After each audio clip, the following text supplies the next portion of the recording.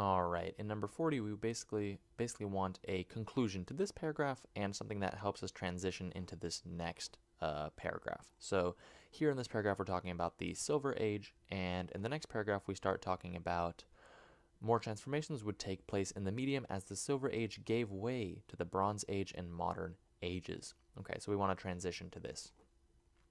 Currently, the end of the sentence reads, okay, so although sales remained strong for Golden Age stalwarts Superman and to a lesser extent Batman, subsequent decades would show the enduring appeals of these characters. So this doesn't really bring this to a close. It doesn't really close the discussion of the Silver Age because we're talking about the Golden Age here, and this continues talking about the Golden Age.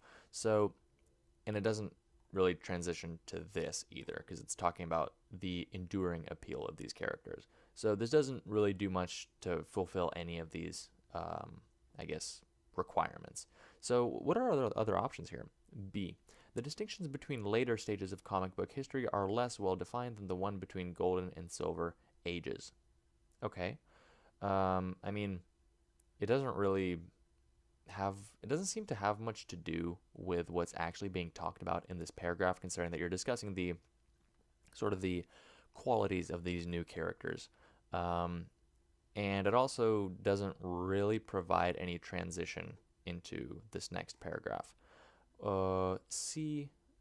What about, okay, readers increasingly gravitated to the upstarts as the 1960s and the Silver Age drew to a close. Okay, that sounds pretty concluding, right? Definitely concludes, brings a sort of Silver Age discussion to a conclusion, given that it literally just says it drew to a close. Told that readers are gravitating to the upstarts, which again is a nice finish to the discussion of what made these sort of new characters different. And by saying it drew to a close, it sort of, well, at least slightly sets up this idea that this next sentence, that the Silver Age gave way to the Bronze and Modern Ages.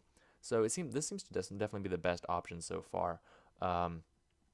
So D, these characters themselves underwent significant changes over the course of the Silver Age.